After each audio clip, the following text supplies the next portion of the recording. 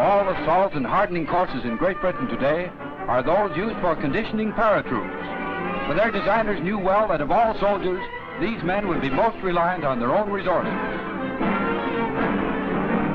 Trained to live on very little food and be without shelter for days and nights together, they must keep in the best physical condition.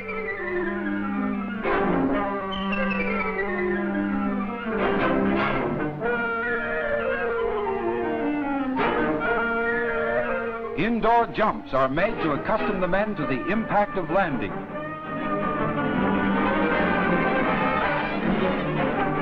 Finally, the big day comes when the trainee makes his first jump.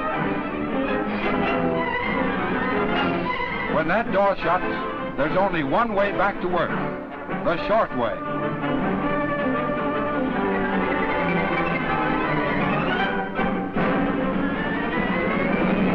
As their friends look anxiously skywards, these young soldiers of the 1st Canadian Parachute Battalion show how well they have measured up to the problems of airborne operations.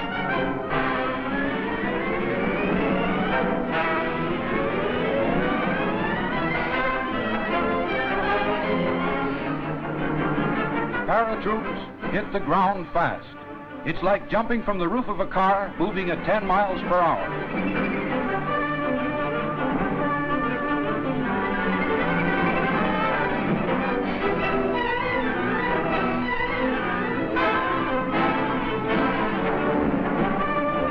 And when they've completed their training, each man proudly wears the wings of the Canadian Sky Troops, wings soon to be known and feared by the Germans in occupied Europe.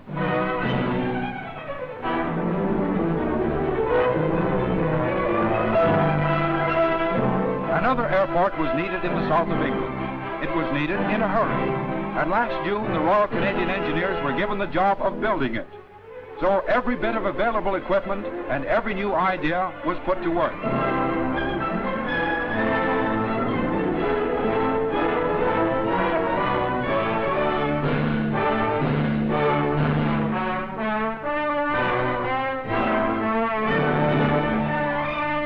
$60,000 cubic yards of earth were graded, 45,000 tons of rock were crushed, and then 200,000 square yards of concrete were spread. The RCEs were a busy lot.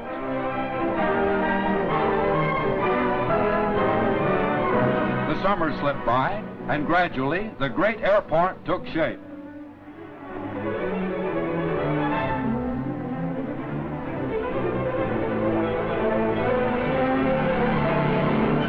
But even before the job was complete, giant bombers were taking off from runways that had been finished. Less than 4 months after work had commenced, the great new field was ready to hand over to the Royal Air Force.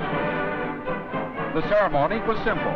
Brigadier Melville, on behalf of the Army, and Air Vice Marshal Baker of the Royal Air Force took the salute. Then they inspected a guard of honor composed of the men who had built the airport and the men and women who will use it.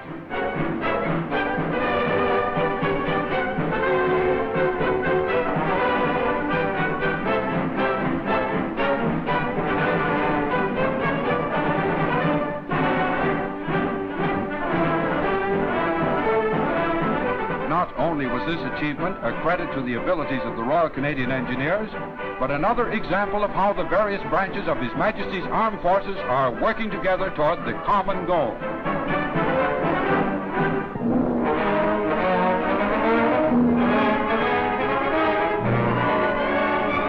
As Invasion Day draws inevitably closer, there must be more and more rehearsals of landing on hostile shores. Although the details of Exercise Pirate differed from the others, it had a common purpose. Every detail must be learned by heart. Every movement must be precisely timed. Every man must know what he does and when.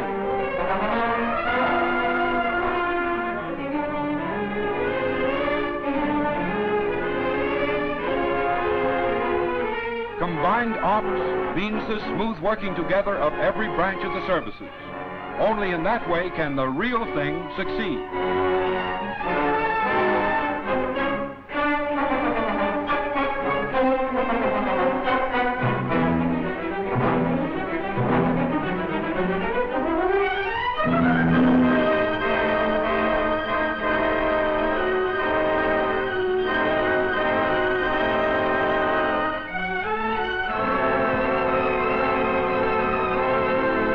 exercise Pirate and all the other exercises are, of course, only a prelude, a dress rehearsal, preparing for the day of assault. When that day dawns, the victory will be achieved by applying the principles learned in the long series of exercises.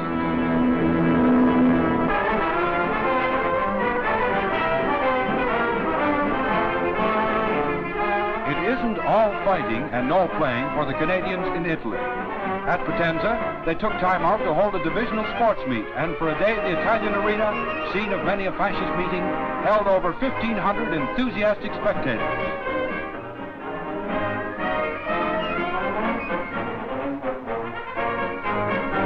Peter Stursberg, CBC commentator, was there and followed the 880-yard dash lap by lap. The winners were Corporal D.R. Cameron and Bombardier L.W. Brooks.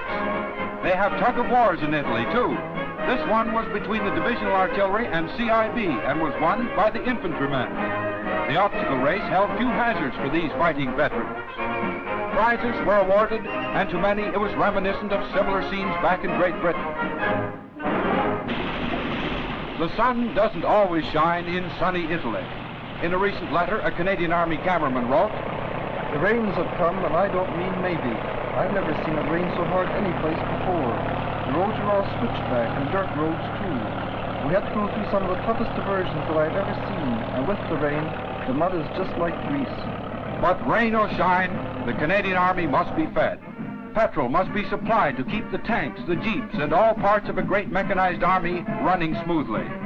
All through the Sicilian campaign and in Italy, units of the Royal Canadian Army Service Corps have worked day and night in all weather to keep up the daily requirements. With today's mechanized armies, the problem of supplies for men and motors is tremendous, but it's all in the day's work for the smooth-running RCASC.